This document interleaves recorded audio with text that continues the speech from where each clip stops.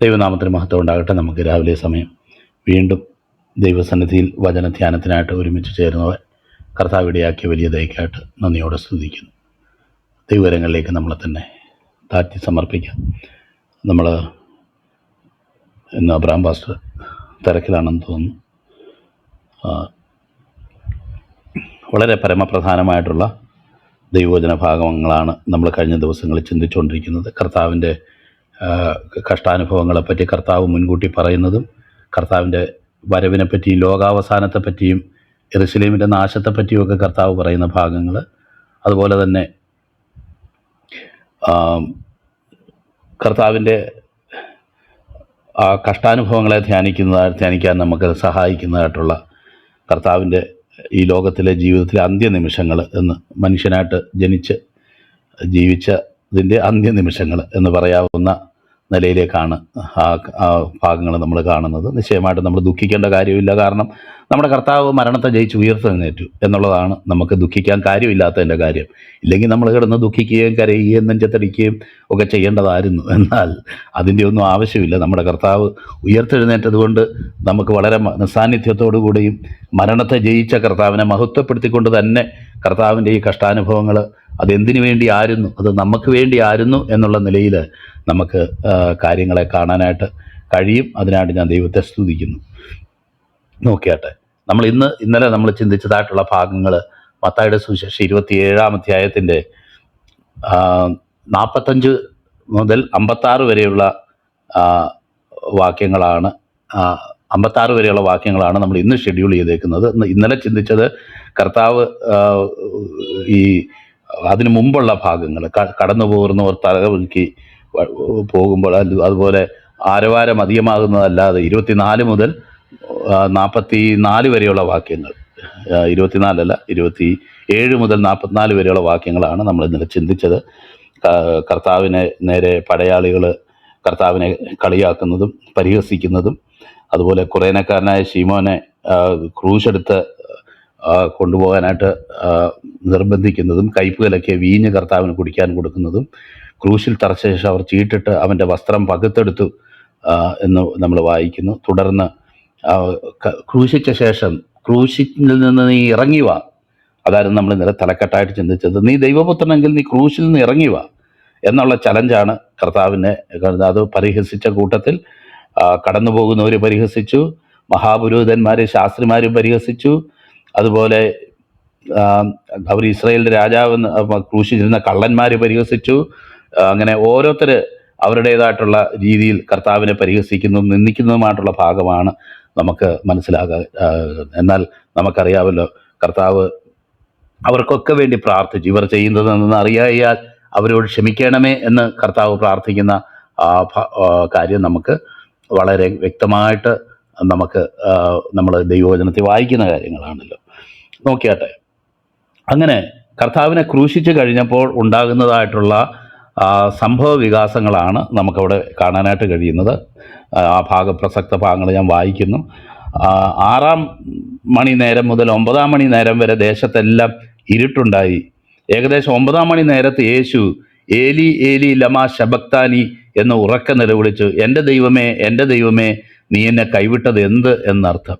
അവിടെ കൂടി നിന്നിരുന്നവരിൽ ചിലർ അത് കേട്ടിട്ട് അവൻ ഏലിയാവെ വിളിക്കുന്നു എന്ന് പറഞ്ഞു. ഉടനെ അവരിൽ ഒരുത്തൻ ഓടി ഒരു സ്പോങ് എടുത്ത് പുളിച്ച വീഞ്ഞ് നിറച്ച് ഓടത്തണ്ടിന്മേലാക്കി അവന് കുടിപ്പാൻ കൊടുത്തു.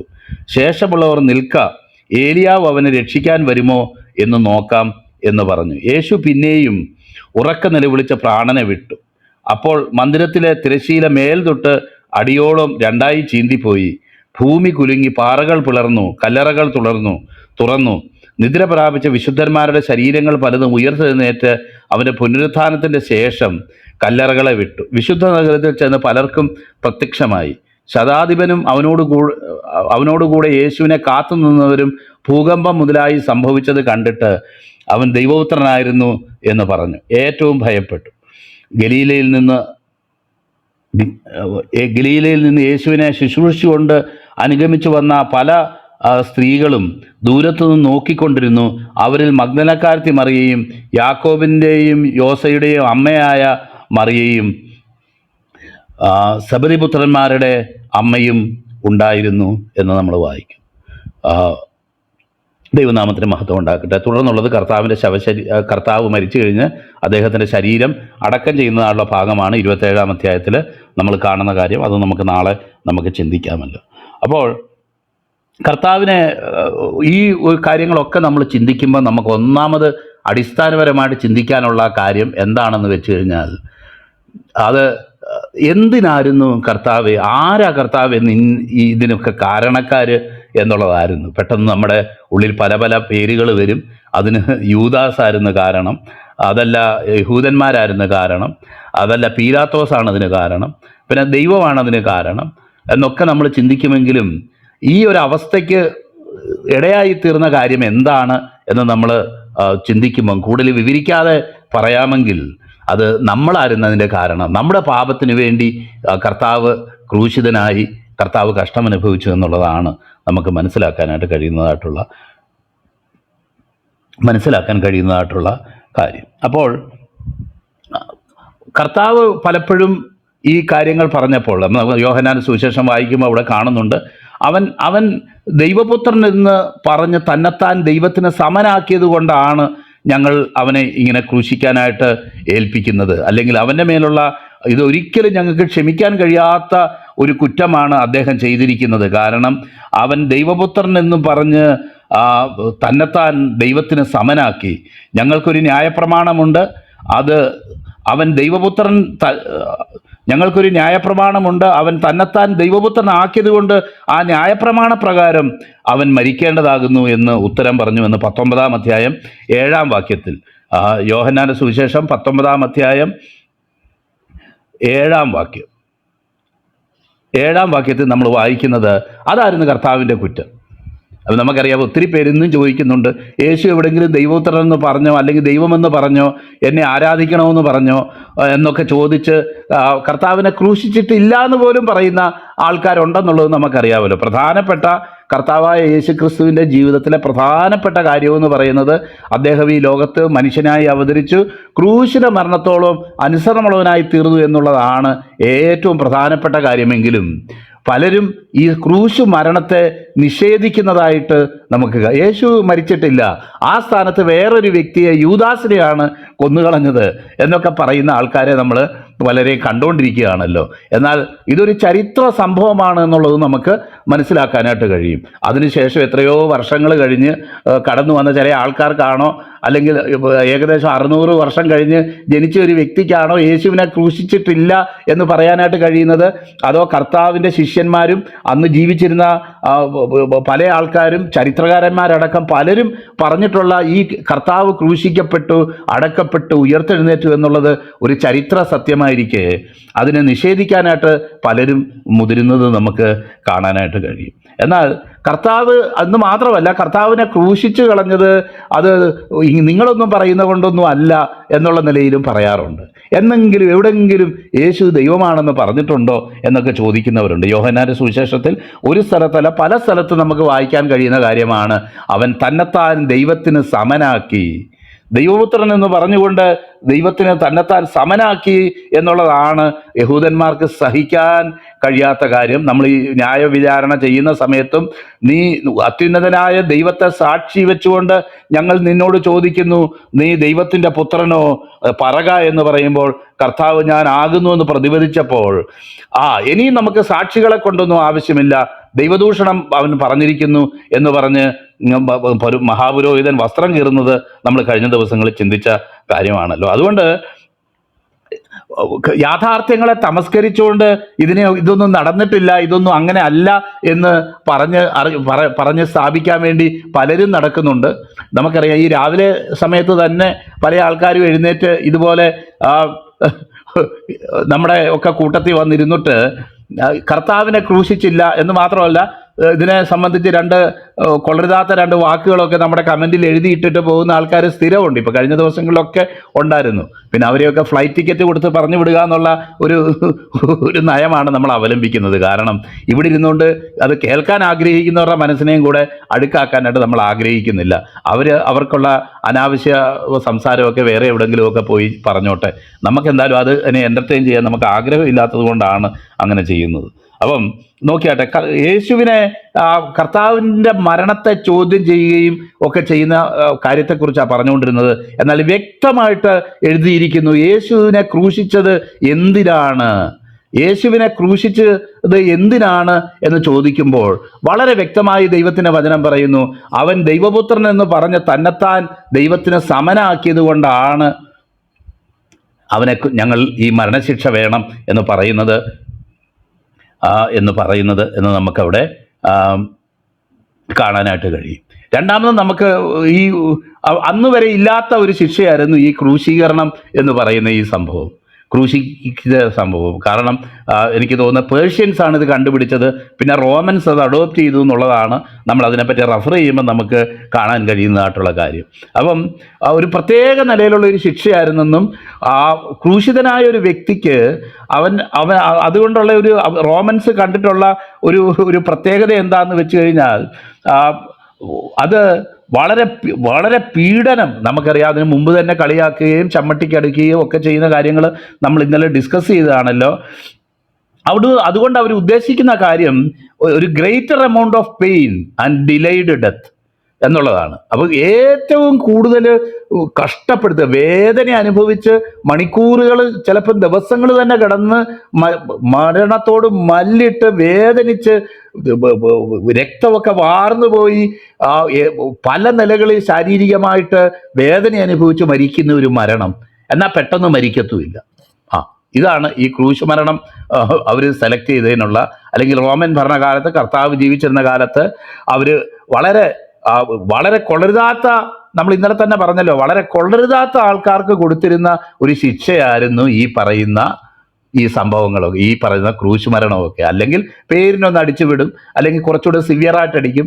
എന്നാൽ ഇതുപോലുള്ള കഠിനമായ ശിക്ഷ എന്ന് പറയുന്നത് വളരെ കൊള്ളരുതാത്ത ക്രിമിനലുകൾക്ക് കൊടുത്തിരുന്ന ഒരു ശിക്ഷയാണെന്നുള്ളതും, ഒരു പാപവും ചെയ്തിട്ടില്ല എന്ന് പല കോടതികൾ വിധിയെഴുതിയ ഈ കർത്താവിനെ എന്തിനിങ്ങനെ ക്രൂശിച്ചു? എനിക്കെപ്പോഴും ഈ ഭാഗം വായിക്കുമ്പം ആദ്യകാലത്ത് രക്ഷിക്കപ്പെട്ട് വരുന്ന സമയത്ത് ആരാധനയ്ക്ക് എപ്പോഴും പാടിക്കൊണ്ടിരുന്ന ഒരു പാട്ടാണ്. ഇപ്പോഴധികം പാടുന്നുണ്ടോ എന്ന് എനിക്കറിയുന്നില്ല.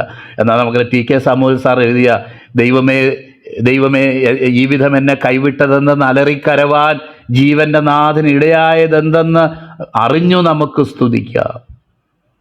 ദൈവമേ ഈ വിധമെന്നെ കൈവിട്ടതെന്തൻ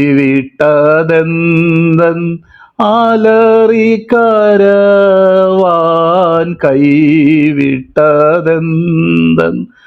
ആലറിക്കരവാൻ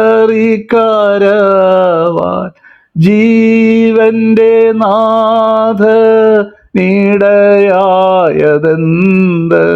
ജീവന്റെ നാഥ നിടയായതെന്തൻ അറിഞ്ഞു നമുക്ക് സ്തുതിക്കാം, അറിഞ്ഞു നമുക്ക് സ്തുതിക്കാം. ദൈവത്തിൻ കൃപയെ ചിന്തിക്കാം, ദിവ്യജീവൻ നൽകിയതോർക്കാം. ദൈവത്തിൻ കൃപയെ ചിന്തിക്കാം, ദിവ്യജീവൻ നൽകിയതോർക്കാം.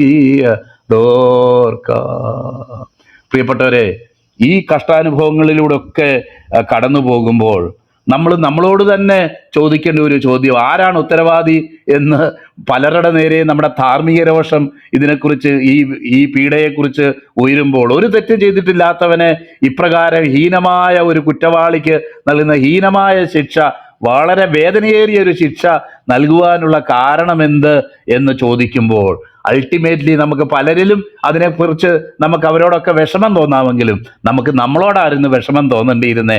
കാരണം നമ്മുടെ പാപങ്ങൾ, യെശയ്യാവ് പറയുന്ന പോലെ, നമ്മുടെ അതിക്രമങ്ങൾ നിമിത്തം മുറിവേറ്റും ഇരിക്കുന്നു എന്ന് നമ്മൾ യെശയ്യാ പ്രവചനത്തിൽ നമ്മൾ വായിക്കുന്നുണ്ടല്ലോ.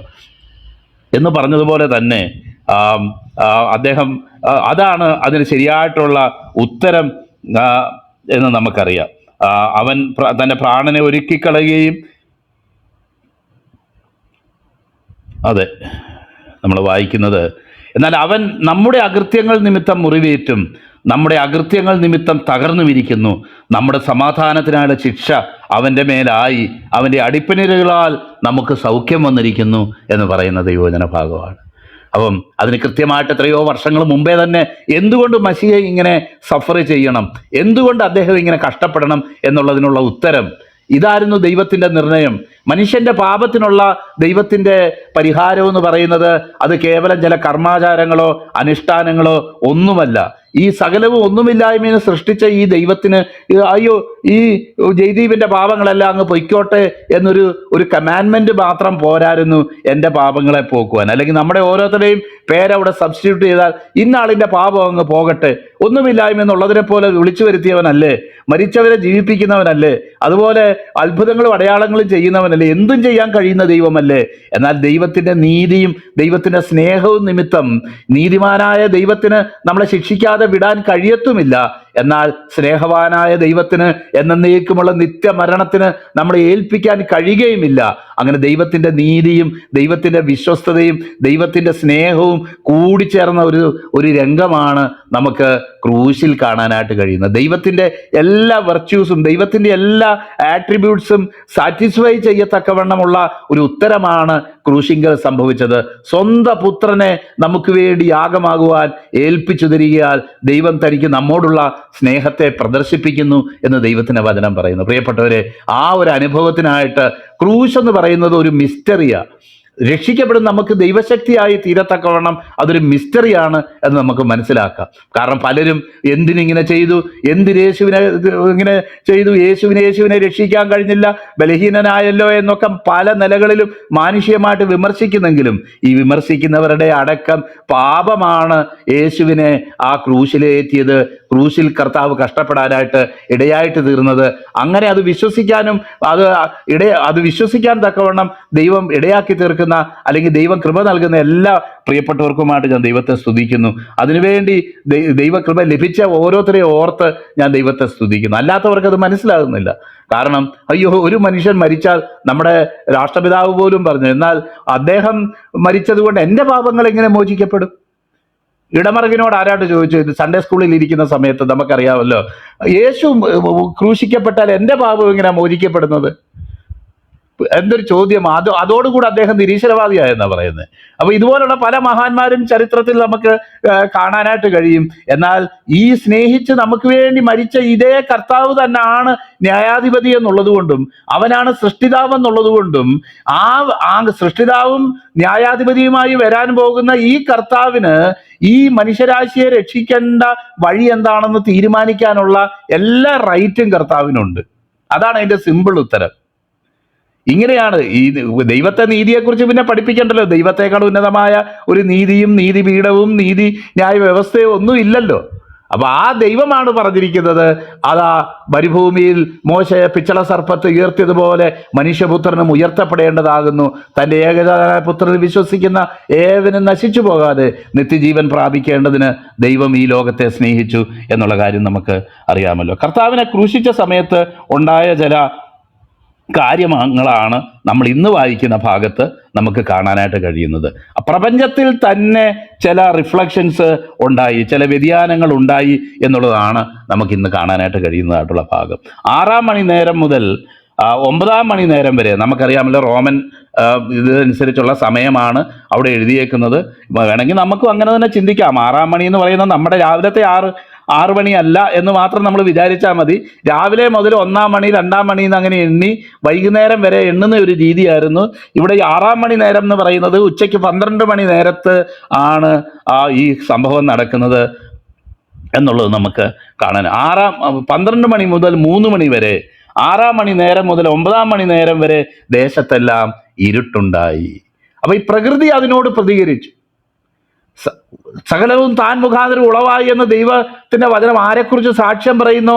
ആ ദൈവപുത്രൻ ക്രൂശിക്കപ്പെടുന്ന ആ സാഹചര്യത്തിൽ പ്രകൃതിയിലുണ്ടായ ചില അസാധാരണമായ സംഭവങ്ങളാണ് നമ്മൾ ഇന്ന് ഈ വായിക്കുന്ന ഭാഗത്ത് എഴുതിയിരിക്കുന്നത്. അത് നട്ടുച്ചയ്ക്ക് ഇരുട്ടുണ്ടായി. നട്ടുച്ച ഏറ്റവും ശക്തമായിട്ട് പ്രകാശിക്കേണ്ട സമയമാണ്. എന്ന് മാത്രമല്ല അവിടെ പെസഹയൊക്കെ നടക്കുന്ന സമയമാണ്. അപ്പോൾ പെസഹയുള്ള ഒക്കെ നടക്കുന്ന സമയത്ത് ഒരു കാരണവശാലും ഇങ്ങനൊരു സംഭവം ഉണ്ടാവേണ്ടതല്ല. അത് സൂര്യഗ്രഹണവും ചന്ദ്രഗ്രഹണവും ഒന്നുമല്ല. കാരണം ഈ വെളുത്തവാവിൻ്റെ അല്ലെങ്കിൽ ചന്ദ്രൻ ഉള്ള സമയങ്ങളാണ് ഈ പാസ് ഓവർ എന്നുള്ളതാണ് നമുക്ക് മനസ്സിലാക്കാൻ കഴിയുന്ന കാര്യം. നമുക്കറിയാമല്ലോ, കർത്തവാവിൻ്റെ ദിവസങ്ങളിലാണ് കൂടുതൽ. കാരണം സൂര്യനും ചന്ദ്രനും ഒരുമിച്ച് ഉദിക്കുകയും ഒരുമിച്ച് അസ്തമിക്കുകയും ചെയ്യുന്ന സമയമാണ് കർത്തവാവ്.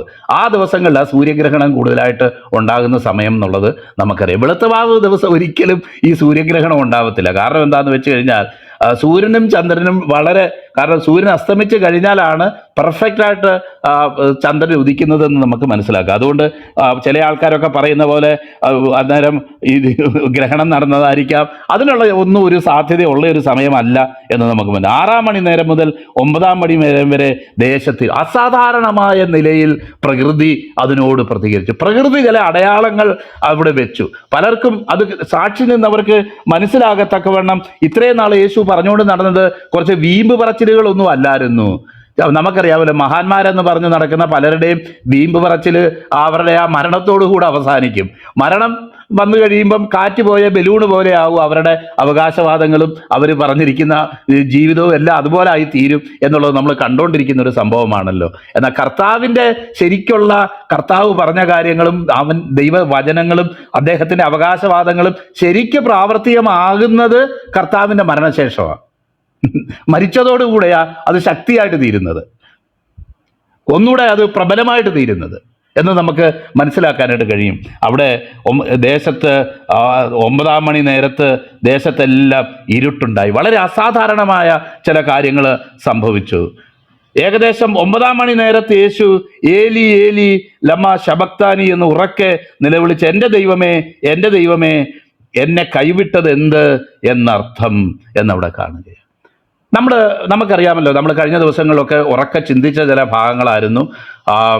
കർത്താവായ യേശു നമ്മുടെ പിതാക്കന്മാരായിട്ടുള്ള ദൈവദാസന്മാർ പലരും ആ ഭാഗങ്ങൾ വിവരിക്കുമ്പോൾ സത്യം പറഞ്ഞാൽ ആ പിതാവായ ദൈവം പുത്രനായ ദൈവത്തെ കൈവിട്ട ഒരനുഭവം അവിടെ ഉണ്ടായി എന്നുള്ള നിലയ്ക്കും നമുക്ക് പലരും പറഞ്ഞിട്ടുള്ളത് നമുക്കറിയാം. അല്ലെങ്കിൽ അങ്ങനെ പ്രതികരിച്ചിട്ടുള്ളതും പല ഗാനങ്ങളിലും, ഇംഗ്ലീഷിലും മലയാളത്തിലുമുള്ള പല ഗാനങ്ങളിലും കർത്താവ് കൈവിടപ്പെട്ടു, നമ്മളെ അംഗീകരിക്കാൻ വേണ്ടി കർത്താവ് കൈവിടപ്പെട്ടു എന്ന് പറയുന്ന ഗാനങ്ങളും പലതും നമുക്ക് ഓർമ്മയുണ്ടല്ലോ. എന്നാൽ നമ്മൾ പരിശോധിച്ച് നോക്കുമ്പം നമുക്ക് കഴിഞ്ഞ ദിവസങ്ങളിൽ നമ്മളിവിടെ ചിന്തിച്ച ചില വിഷയങ്ങൾ, ഇവിടെയല്ല പൊതുവെ ക്ലബ് ഹൗസിൻ്റെ അറ്റ്മോസ്ഫിയർ നമ്മൾ ചിന്തിച്ച ചില വിഷയങ്ങളായതുകൊണ്ട് ഒന്നുകൂടെ നമുക്ക് അതിനെക്കുറിച്ച് ക്ലാരിറ്റി ഉണ്ട്. കാരണം എന്താണെന്ന് വെച്ച് കഴിഞ്ഞാൽ നമുക്ക് ആ പിതാവും പുത്രനും പരിശുദ്ധാത്മാവും ആകുന്ന ദൈവത്തിൻ്റെ ആ ഐക്യതയിൽ അവിടെ എന്തെങ്കിലും പിഴവ് പറ്റിയോ, പിതാവും പുത്രനും പരിശുദ്ധാത്മാവാകുന്ന ദൈവം എന്നുള്ള പെരിക്കോർസിസ് എന്ന് പറയുന്ന ആ സംഭവത്തിൽ എന്തെങ്കിലും വ്യത്യാസമുണ്ടായോ എന്നൊക്കെ ഏകദേശം 1 വർഷം മുന്നേ നമ്മളിവിടെ വളരെ ചുഴിഞ്ഞ് ചിന്തിച്ച ചില വിഷയങ്ങളാണ്. അങ്ങനെ സംഭവിച്ചിട്ടില്ല എന്ന് നമ്മൾ മനസ്സിലാക്കുമ്പോൾ തന്നെ മാനുഷികമായിട്ട് ചിന്തിക്കുമ്പോൾ അങ്ങനെ തോന്നത്തക്ക ഒരു സാഹചര്യം ഉണ്ടായി എന്ന് ചിന്തിക്കുന്നതിന് യാതൊരു തെറ്റുമില്ല. അല്ലെങ്കിൽ അവിടെ ത്രിയേക ദൈവത്തിൻ്റെ ആ ഘടനയ്ക്ക് അല്ലെങ്കിൽ ആ ത്രിയേകത്വത്തിന് എന്തെങ്കിലും വ്യത്യാസം സംഭവിച്ചു എന്ന് പറയാനല്ല നമ്മൾ ശ്രമിക്കുന്നത്.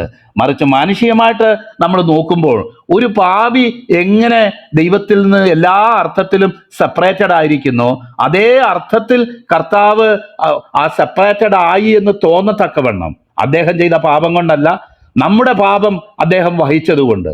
ഏതൊക്കെ നിലയിലുള്ള പാപമായിരുന്നു അത്?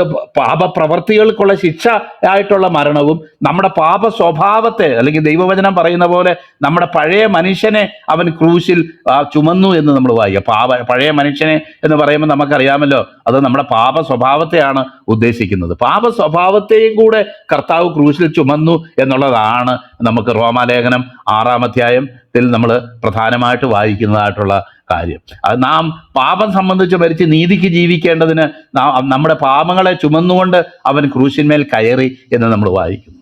അപ്പോൾ എല്ലാ നിലയിലും ഒറ്റപ്പെട്ട ഒരു അനുഭവം നമുക്കറിയാം. ഇതിനൊരു വഴികാട്ടിയായിട്ട് നമുക്ക് 22-ാം സങ്കീർത്തനം അവിടെ ഉണ്ട്. കർത്താവ് ഈ പറഞ്ഞ വാക്യങ്ങൾ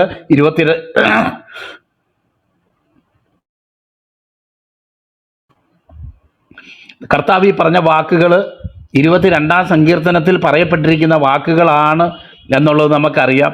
അപ്പം എല്ലാവരാലും കൈവിടപ്പെട്ട ഒരു പ്രതീതിയാണ് ദാവീദ് അവിടെ കാണിക്കുക. എല്ലാവരാലും ദൈവം പോലും എന്നെ ഉപേക്ഷിച്ചുവോ എന്ന് തോന്നത്തക്കവണ്ണമുള്ള ഒരു പ്രതീതി അവിടെ ഉണ്ടായി എന്നുള്ളതിൽ യാതൊരു സംശയവുമില്ല. അവിടെ ഒറ്റപ്പെട്ടു പോകുന്ന ഒരു അനുഭവമാണ് ഈ 22-ാം സങ്കീർത്തനത്തിൽ നമ്മൾ വായിക്കുന്നതായിട്ടുള്ള കാര്യം. ചില വാക്യങ്ങൾ ഞാനെടുത്ത് വായിക്കുകയാണ്.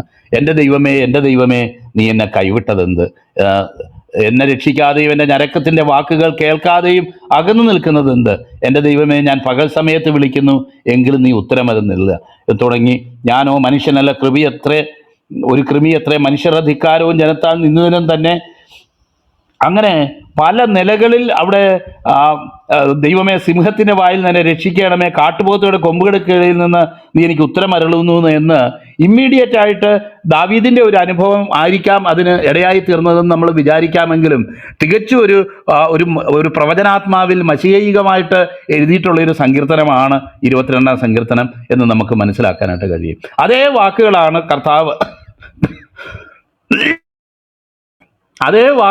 കർത്താവ് ഇവിടെ കോട്ട് ചെയ്യുന്നത് എന്ന് നമുക്ക് കാണാനായിട്ട് കഴിയും. നോക്കിയാട്ടെ. അപ്പോൾ എൻ്റെ ദൈവമേ നീ എന്നെ കൈവിട്ടത് എന്ത്? ഒരു കാര്യം വളരെ വ്യക്തമായിട്ട് പറയാം. പല തിയോളജികളൊക്കെ ഇതിനെക്കുറിച്ചുണ്ട്. എന്നാൽ തന്നെ എനിക്കെപ്പോഴും തോന്നിയിട്ടുള്ളത്, ഏതെങ്കിലും ഒരു നിമിഷത്തിൽ കർത്താവായ യേശുക്രിസ്തുവും നമ്മളും തമ്മിൽ യഥാർത്ഥമായിട്ടൊന്ന് താതാത്മ്യം പ്രാപിച്ചിട്ടുണ്ടോ? ഒരു അല്പബുദ്ധിയിൽ എനിക്ക് തോന്നുന്ന ഒരു കാര്യമാണ് അത്. കാൽവരി ക്രൂശിൽ വെച്ച് പൂർണ്ണമായും കർത്താവ് നമ്മളോട് താതാത്മ്യം പ്രാപിക്കുകയും നമ്മളോട് പറ്റിച്ചേരുകയും ചെയ്തു. വേറൊരർത്ഥത്തിൽ പറഞ്ഞാൽ എഫേസ്യർ ലേഖനം 5-ാം അധ്യായത്തിൽ വായിക്കുന്ന പോലെ, ഒരു മനുഷ്യൻ അപ്പനെയും അമ്മയെയും വിട്ട് ഭാര്യയോട് പറ്റിച്ചേരും, ഈ മർമ്മം വലിയത് എന്ന് എഴുതിയിട്ട് താഴെ എഴുതുകയാണ്, ഞാൻ ക്രിസ്തുവിനെയും സഭയെയും ഉദ്ദേശിച്ചത്രേ ഇത് പറയുന്നത്. അപ്പം എന്ന് പറഞ്ഞതുപോലെ തന്നെ കർത്താവിന് ഈ ലോകത്തുണ്ടായിരുന്ന ആകെ ഒരു ബന്ധമെന്ന് പറയുന്നത് അമ്മയായ മറിയയോടുള്ള ബന്ധമായിരുന്നു. അത് നമുക്ക് യോഹന്നാന്റെ സുവിശേഷത്തിൽ കാണാം.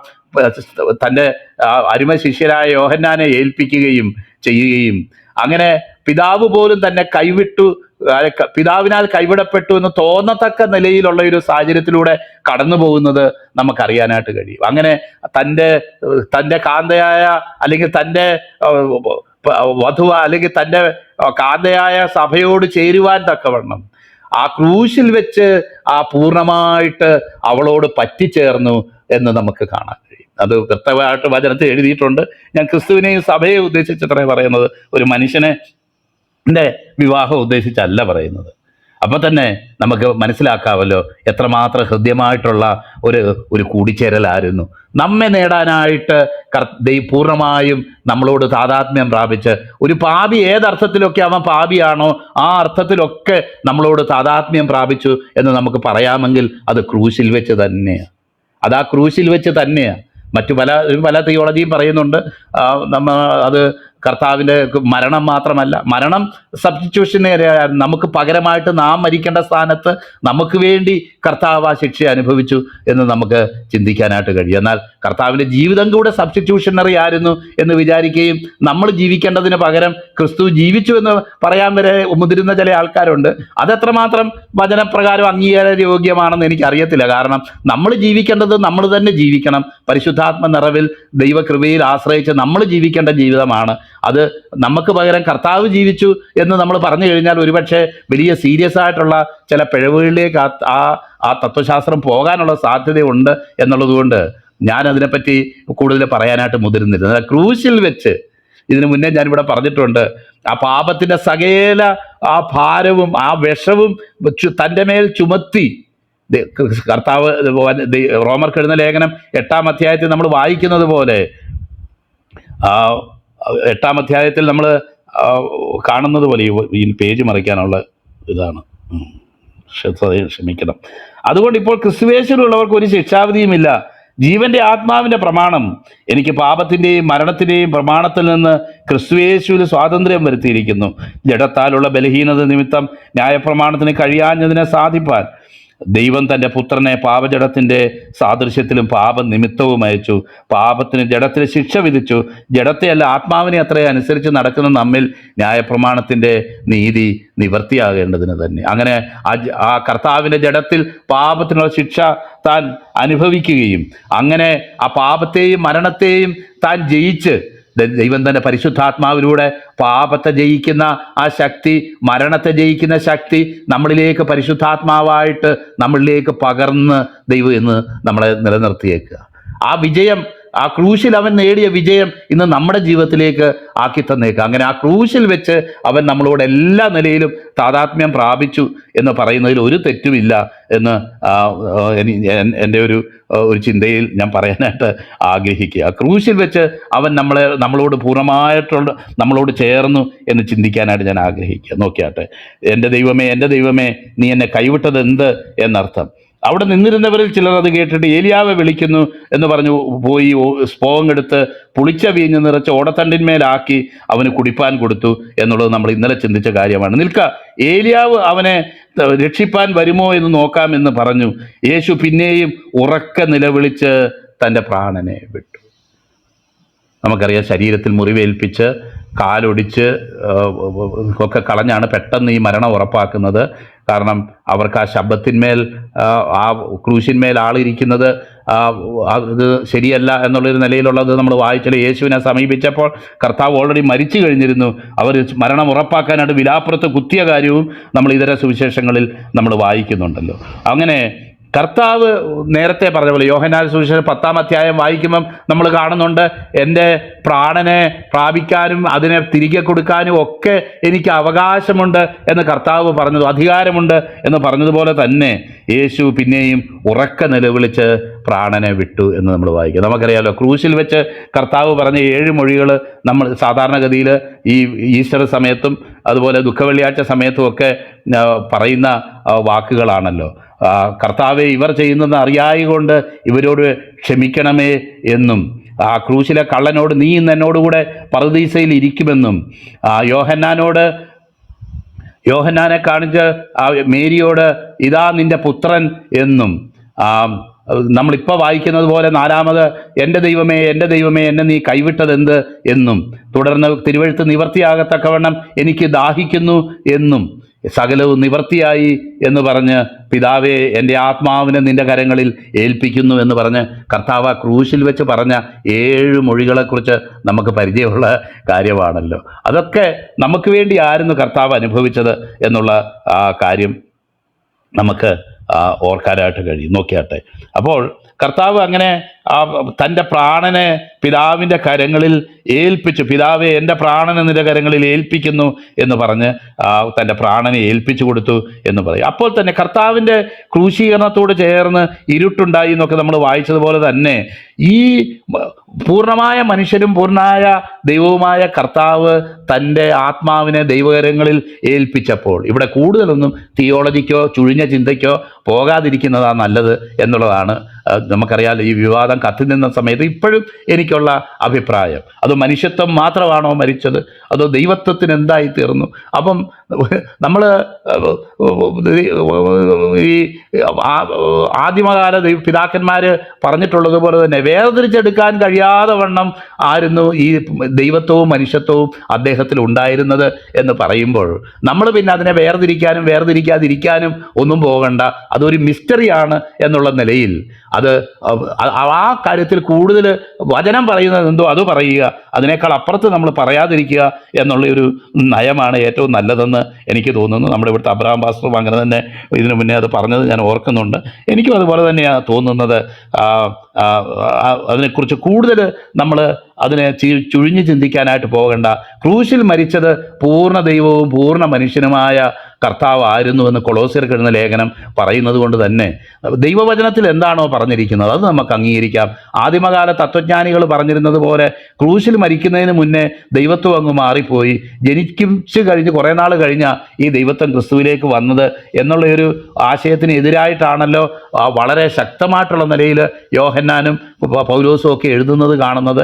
കഴിഞ്ഞ ദിവസം രക്തസാക്ഷികളെക്കുറിച്ച് നമ്മൾ പറഞ്ഞപ്പം ഈ സഭാപിതാക്കന്മാരായിട്ടുള്ള ഇഗ്നേഷ്യസും അതുപോലെ പോളികാർപ്പും ഇവരൊക്കെ ഈ ദുരുപദേശത്തിനെതിരെ വളരെ പടപൊരുതിയ വ്യക്തികളായിരുന്നു എന്നുള്ളത് അവരുടെ ജീവചരിത്രം നമ്മൾ പരിശോധിക്കുമ്പോൾ നമുക്ക് കാണാനായിട്ട് കഴിയും. പൂർണ്ണനായ ദൈവവും പൂർണ്ണനായ മനുഷ്യനും തന്നെയാണ് ഈ ലോകത്തിൽ ജനിച്ചതും ഈ ലോകത്തിൽ ക്രൂശിൽ മരിച്ചതും ആ പൂർണ്ണ ദൈവത്വത്തിൽ മനുഷ്യത്വത്തിലും തന്നെയാണ് എന്ന് കൊളോസ്യർക്ക് എഴുതുന്ന ലേഖനം നമ്മളോട് പറയും. ഈ മരിച്ചതിന് ശേഷം ഇനി എന്നാ പറ്റിയെന്നുള്ളത് ഇവിടെ പറയാത്തത് കൊണ്ട് പിന്നെ നമ്മൾക്കും അത് പറയേണ്ട ആവശ്യമില്ല എന്നുള്ളത് നമുക്ക് മനസ്സിലാക്കാമല്ലോ.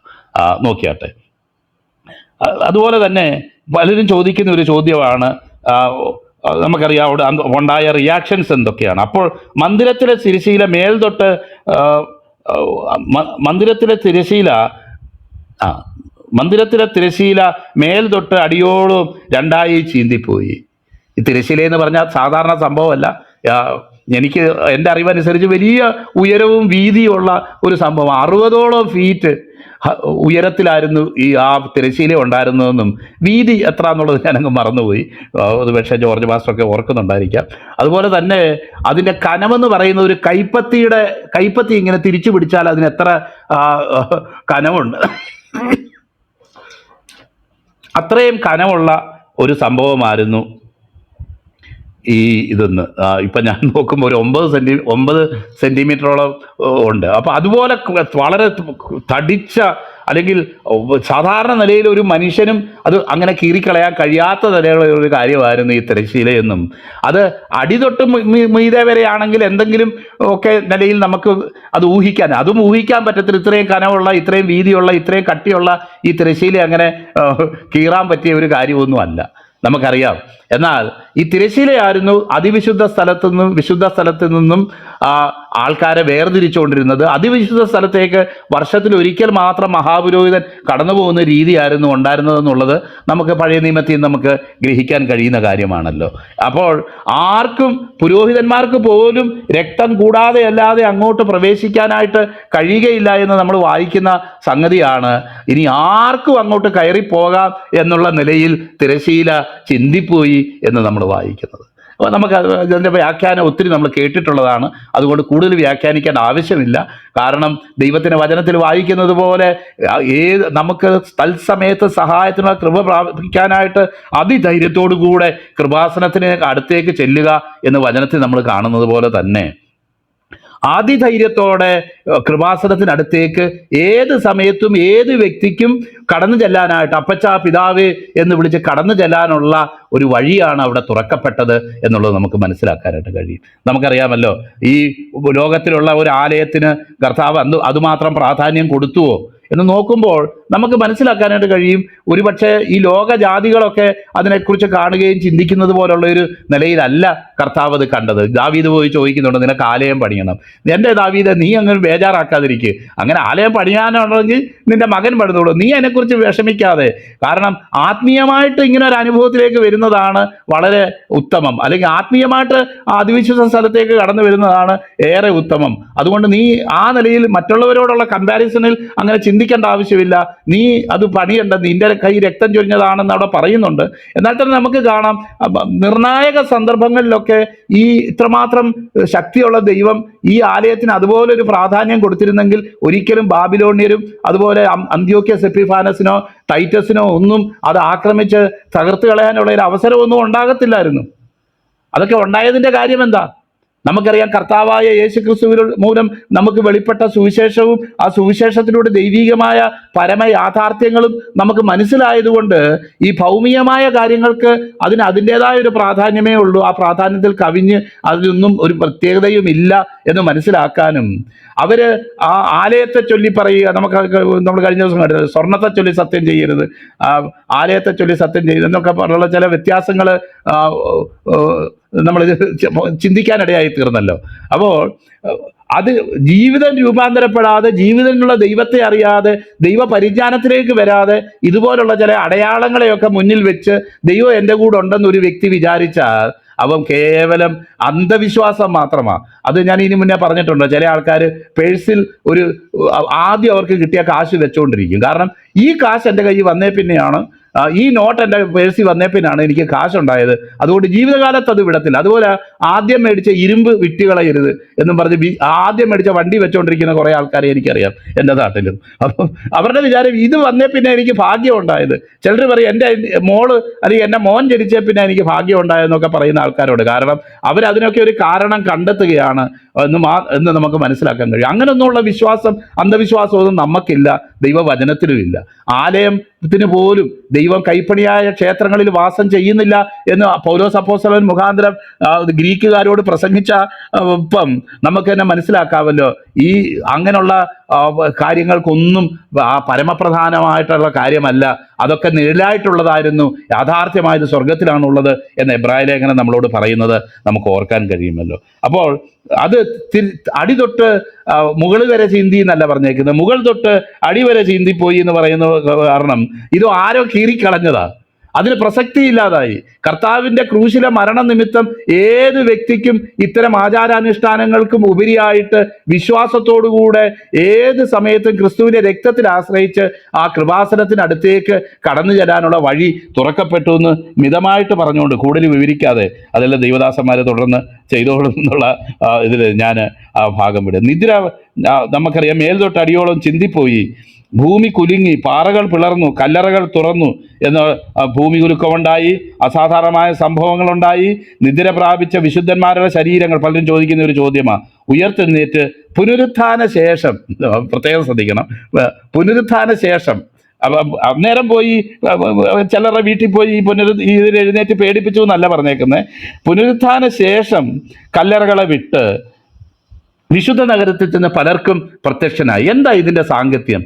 നമുക്കറിയാമല്ലോ, അന്ന് വരെ ആ മരിച്ചവന് പ്രത്യാശിക്കാൻ വകയില്ലാതെ വണ്ണം, അല്ലെങ്കിൽ നമുക്ക് എബ്രായർക്ക് എഴുതുന്ന ലേഖനത്തിൽ വായിക്കുന്ന പോലെ അവർ നമ്മെ കൂടാതെ രക്ഷാപൂർത്തി പ്രാപിക്കാതിരിക്കേണ്ടതിന് ദൈവം നമുക്ക് ശ്രേഷ്ഠമായത് ഒന്ന് മുൻകരുതിയിരുന്നു എന്ന് നമ്മൾ വായിക്കുന്നത് പോലെ, കർത്താവായ യേശുക്രിസ്തുവിൻ്റെ മരണ പുനരുത്ഥാനങ്ങളോടുകൂടെയാണ് പഴയ നിയമത്തിൽ പോലും തങ്ങൾക്ക് നിത്യജീവൻ ഉണ്ട്, യേശുക്രിസ്തുവിൻ്റെ രക്തത്താൽ ഞങ്ങൾ മോചിക്കപ്പെടും, ഞങ്ങളുടെ പാപങ്ങൾ ക്ഷമിക്കപ്പെടുകയും ഞങ്ങൾക്ക് നിത്യത അതുമുഖാന്തരമാണ് ലഭിക്കുന്നത് എന്ന് വിശ്വസിച്ച് ഈ ലോകത്തിൽ പരദേശികളായി തങ്ങളെ തന്നെ വിശേഷിപ്പിച്ച് ഏറ്റു പറഞ്ഞുകൊണ്ട് മരിച്ചു പോയിട്ടുള്ള വിശുദ്ധന്മാർ പലരും ഉണ്ട് എന്നുള്ളത് നമ്മൾ വായിക്കുന്നുണ്ട്. അവരുടെ പോലും ആ പ്രത്യാശാ നിവർത്തി സംഭവിക്കുന്നത് ക്രിസ്തുവിൻ്റെ ക്രൂശിലെ മരണത്തോടുകൂടെയാണ്. പലരും ദൈവദാസന്മാർ അഭിപ്രായപ്പെട്ടിട്ടുള്ള പോലെ തന്നെ അന്ന് വരെ അബ്രഹാമിൻ്റെ മടി അല്ലെങ്കിൽ പർദീസ എന്നൊക്കെ പറയുന്നത് അത്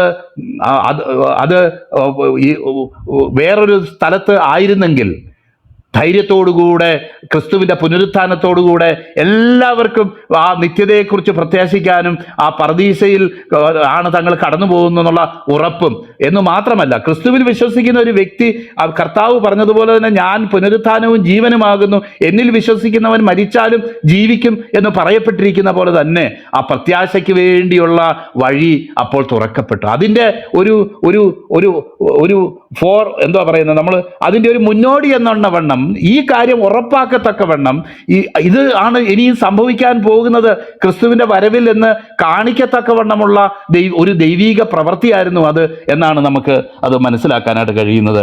എന്നാൽ അതിനുശേഷം അവർക്ക് എന്നാ പറ്റി, പിന്നെ മരിച്ചോ, എങ്ങോട്ട് പോയി എന്നൊന്നും അവിടെ എഴുതിയിട്ടില്ലാത്തത് കൊണ്ട് ഞാനും അതിനെക്കുറിച്ചൊന്നും പറയുന്നില്ല. കാരണം അത്രയും വചനത്തിൽ എഴുതിയിട്ടുള്ളൂ, അവൻ്റെ പുനരുത്ഥാന ശേഷം കല്ലറകളെ വിട്ട് വിശുദ്ധ നഗരത്തിൽ നിന്ന് പലർക്കും പ്രത്യക്ഷമായി എന്ന് പറയുമ്പോൾ നമുക്കറിയാം അതിൻ്റെ ഡീറ്റെയിൽസ് കൂടുതൽ പറഞ്ഞിട്ടില്ലാത്തത് കൊണ്ട് അതിനെ കൂടുതൽ വിവരിക്കാനും വിവരിച്ച അബദ്ധങ്ങളിലേക്ക് പോകാനുമായിട്ട് നിൽക്കുന്നില്ല എന്നുള്ളതുകൊണ്ട് ഞാൻ ആ ഭാഗം വിടുകയാണ്. അപ്പോഴാണ് നമ്മളിന്ന് തലക്കെട്ട് എഴുതിയേക്കുന്ന പോലെ ശതാധിപനും അവനോടുകൂടെ യേശുവിനെ കാത്തു നിന്നവരും ഭൂകമ്പം മുതലായത് സംഭവിച്ച് കണ്ടിട്ട് അവൻ ദൈവപുത്രനായിരുന്നു സത്യം. ഈ കോണ്ടസ്റ്റിനോട് അത്ര ചേരുന്നതല്ലെങ്കിൽ പോലും ഇതേ കാര്യം തന്നെ മർക്കോസിലും ലൂക്കോസിലും ഒക്കെ എഴുതിയിട്ടുണ്ട്. അവൻ്റെ മരണത്തിൻ്റെ വിധം ഇന്നതെന്ന് കണ്ടിട്ട് അവൻ സാക്ഷാൽ ഒരു നീതിമാനായിരുന്നു, ദൈവപുത്രനായിരുന്നു എന്നൊക്കെ ലൂക്കോസിൽ എഴുതിയേക്കുന്നു. മർക്കോസിലും ഏകദേശം അതുപോലെ തന്നെ അവന് എതിരെ നിന്നിരുന്ന ശതാധിപൻ അവൻ ഇങ്ങനെ പ്രാണനെ വിട്ടത് കണ്ടിട്ട് ഈ മനുഷ്യൻ ദൈവപുത്രനായിരുന്നു സത്യം. അപ്പം സാധാരണ ഒരു മരണമല്ല. സാധാരണ നമ്മുടെ ഇടയിലൊക്കെ ഒരു എലിയോ പൂച്ചയോ ഒക്കെ കിടന്ന് മരിക്കുന്ന പോലെ, അല്ലെങ്കിൽ നമ്മളൊക്കെ മനുഷ്യക്രിമിയായിട്ടുള്ള നമ്മൾ മരിച്ചു പോകുന്ന പോലെ അല്ല. ഇതൊരു വിശേഷപ്പെട്ട മരണമാണ്. റോമൻ ശതാധിപന് പോലും അത് ഭയപ്പെടത്തക്കവണ്ണം ഉള്ള ചില കാര്യങ്ങളാണ് അവിടെ നിറവേറിയത് എന്ന് നമുക്ക് കാണാനായിട്ട് കഴിയും. അപ്പോൾ അവിടെ നിന്നിരുന്ന വ്യക്തി പറയുകയാണ്, അവൻ സാക്ഷാൽ ദൈവപുത്രനായിരുന്നു.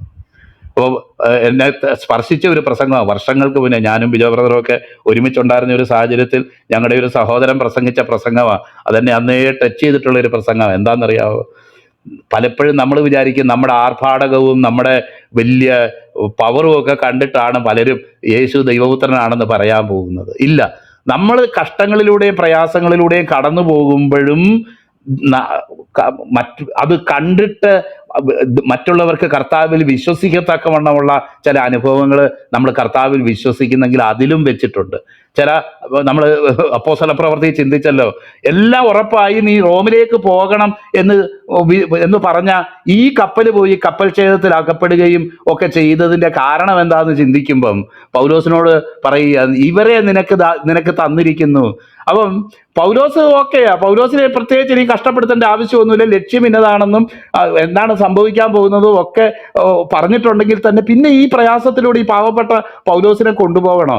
നമുക്കറിയാമല്ലോ, കൂടെയുള്ളവരെയും കൂടെ ഓർത്തിട്ട് അവർ ഈ സുവിശേഷം അറിയാനായിട്ട് നമുക്കറിയാം, മെലിത്ത എന്ന ദ്വീപിൽ ചെന്നപ്പം അവിടെ സംഭവിച്ച കാര്യങ്ങൾ നമുക്കറിയാം. അപ്പം ചില സാഹചര്യങ്ങളിൽ നമ്മളെ കൊണ്ടല്ല, നമ്മളോട് കൂടെ നിൽക്കുന്നവരെ ഒക്കെ വിചാരിച്ചിട്ട്, അല്ലെങ്കിൽ അവർക്ക് വേണ്ടി ചിലപ്പോൾ നമ്മളും കൂടെ അതിൻ്റെ ഒരു പങ്ക് വഹിക്കേണ്ട ഒരു കാര്യമുണ്ട്. അതാണ് മിനിസ്ട്രി എന്ന് പറയുന്നത്, അതാണ് ശുശ്രൂഷ എന്ന് പറയുന്നത് എന്ന് നമുക്ക് മനസ്സിലാക്കാനായിട്ട്. നമ്മൾ ചോദിക്കും, ദൈവമേ ഞാനെന്ത് തെറ്റ് ചെയ്തിട്ടാണ് ഞാനിത് അനുഭവിക്കുന്നു? അയ്യോ, അങ്ങനൊന്നും അല്ല സാറ് എല്ലാം ഓക്കെയാ. എന്നാൽ സാറിൻ്റെ കൂടെയുള്ള ആൾക്കാരെയൊക്കെ ഒന്ന് രക്ഷിക്കണം, അവരെ ഈ ദൈവത്തിൻ്റെ ശക്തി അറിയിക്കണം. അതിന് ദൈവത്തെ അറിഞ്ഞ താങ്കളെപ്പോലുള്ള ഈ മാനപാത്രത്തിൽ ദൈവത്തിൻ്റെ ചില പ്രവർത്തികൾ വെളിപ്പെടുത്തുകയല്ലേ ദൈവത്തിന് ചെയ്യാൻ പറ്റൂ. അതിലപ്പുറം എന്തോ ചെയ്യാൻ പറ്റുന്നത്? നോക്കിയാട്ടെ, ദൈവം ആ രീതിയിലും നമ്മളെ നടത്തുന്നവനാണ് എന്ന് നമുക്ക് മനസ്സിലാക്കാനായിട്ട്. കർത്താവിനോട് കൂടെ നിന്ന സ്ത്രീകളെക്കുറിച്ചും അവിടെ പറഞ്ഞതായിട്ട് നമ്മൾ കാണുന്നു. തുടർന്ന് നമ്മുടെ ജോർജ് പാസ്റ്ററും അതുപോലെ ബിജോ ബ്രദറും ഒക്കെ ഉണ്ട്. അവർക്കായിട്ട് ഞാൻ സമയം വേർതിരിക്കുകയാണ്. കർത്താവ് നമ്മളെ അനുഗ്രഹിക്കട്ടെ എന്ന് പ്രാർത്ഥിച്ചുകൊണ്ട് ഞാൻ എൻ്റെ വാക്കിൽ നിന്ന് വിരമിക്കുന്നു.